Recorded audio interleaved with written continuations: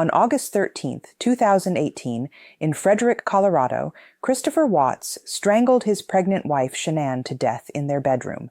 He then drove her body to an oil storage facility where he worked, along with their two daughters, 4-year-old Bella and 3-year-old Celeste. At the oil site, he killed both children.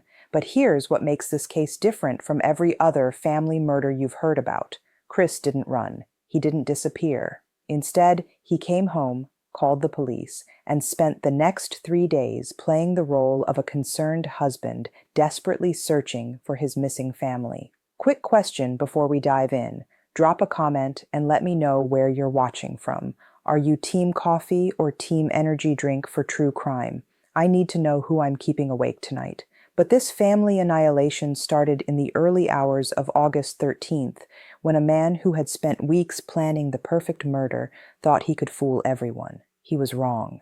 You're watching Accused, where we break down the cases that prove evil hides behind ordinary faces. If you're new here, hit that subscribe button because we're about to uncover the evidence the media glossed over. This case shattered America's faith in the perfect family.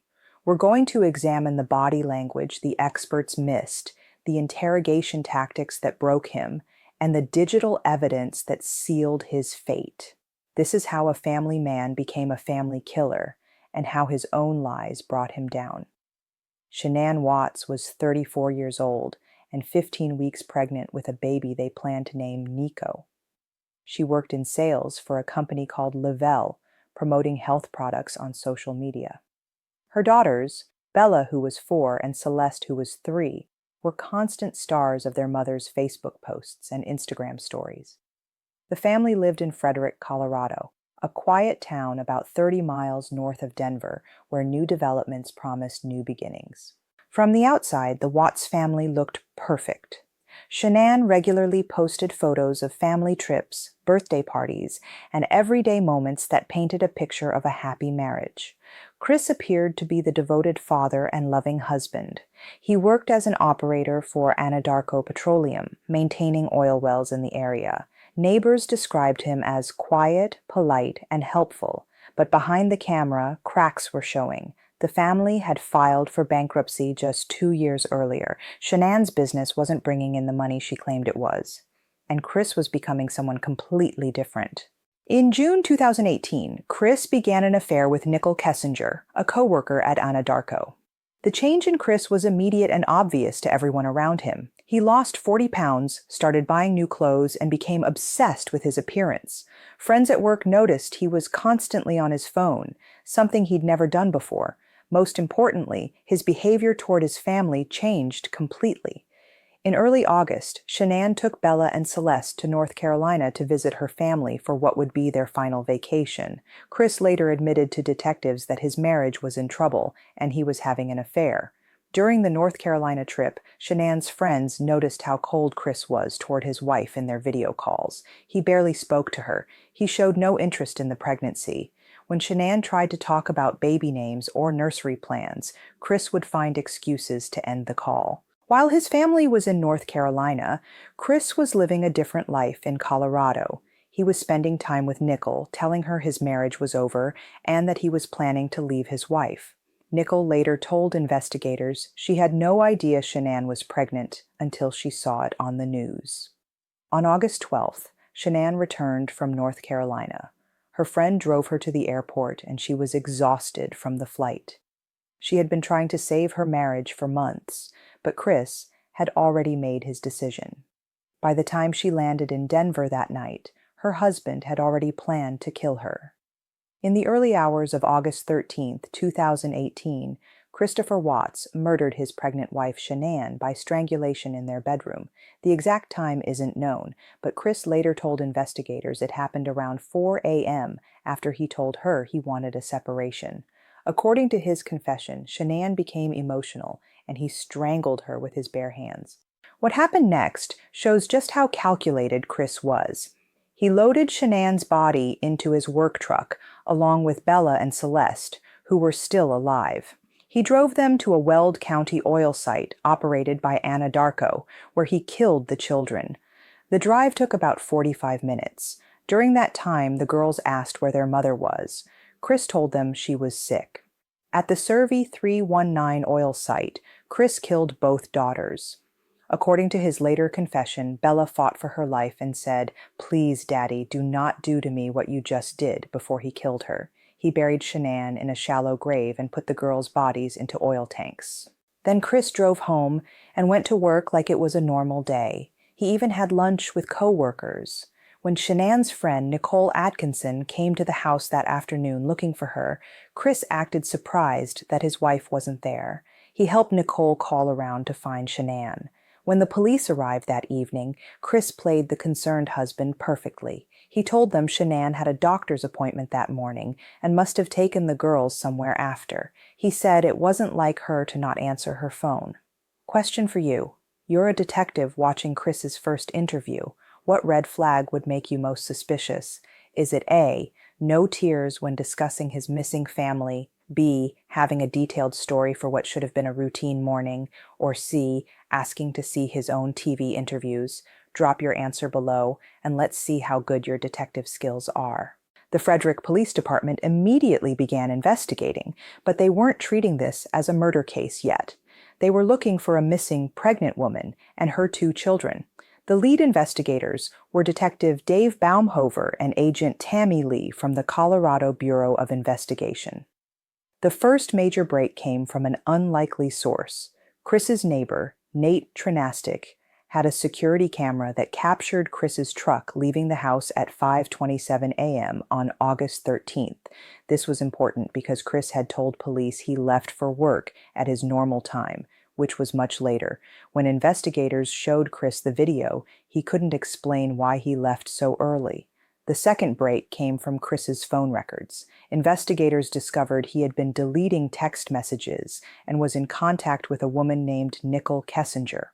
When they interviewed Nicole, she admitted to the affair but said Chris told her he was separated and getting divorced.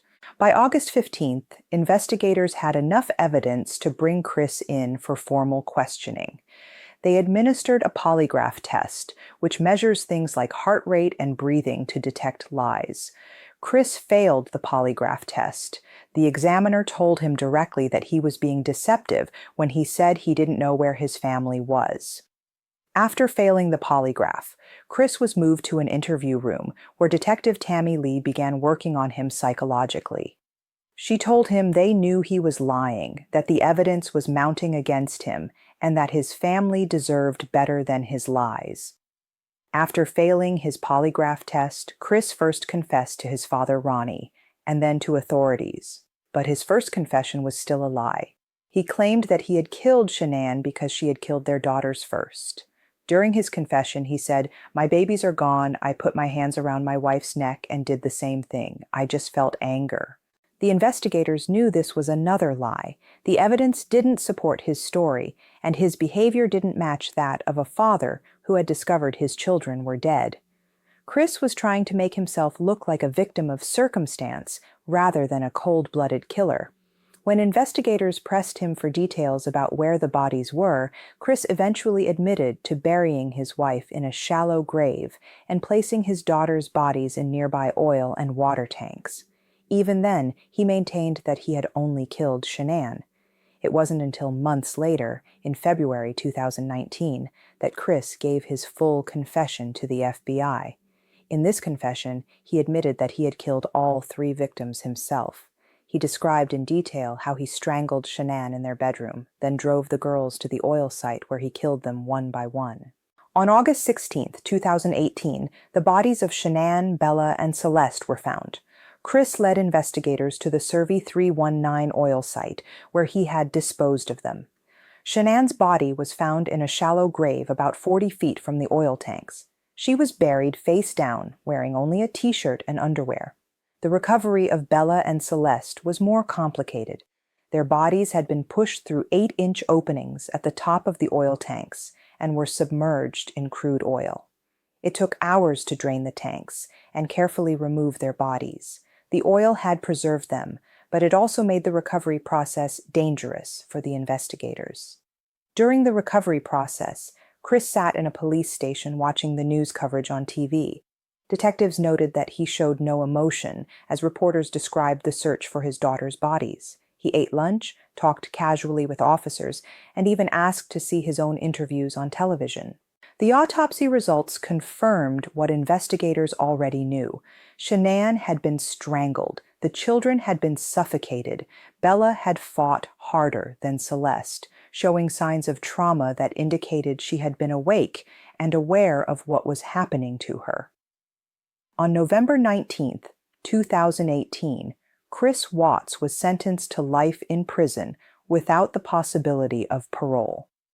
The 33-year-old Watts pleaded guilty to first-degree murder and other charges in the killings of his wife Shanann, 34, and their daughters, Bella, 4, and Celeste, 3. He also pleaded guilty to unlawful termination of pregnancy for killing unborn Nico.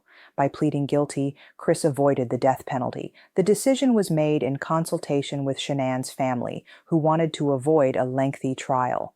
During the sentencing hearing, Shanann's father, Frank Rzucek, spoke directly to Chris. He called him a heartless monster and said the family would never forgive him. Chris was given the opportunity to make a statement before his sentencing, but his words rang hollow. He said he was sorry and wished he could take it back, but his actions had already spoken louder than any words ever could.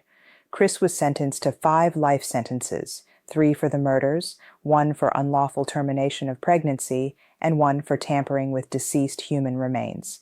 He was also sentenced to 84 years for tampering with evidence. He will spend the rest of his life in prison. Today, there's a memorial for Shanann, Bella, Celeste, and Nico at the site where they were found. Visitors leave flowers, stuffed animals, and notes. August 13, 2024, marked the 6th anniversary of these murders, and the case continues to capture public attention. 4 innocent lives were destroyed because one man decided his own happiness was worth more than his family's lives.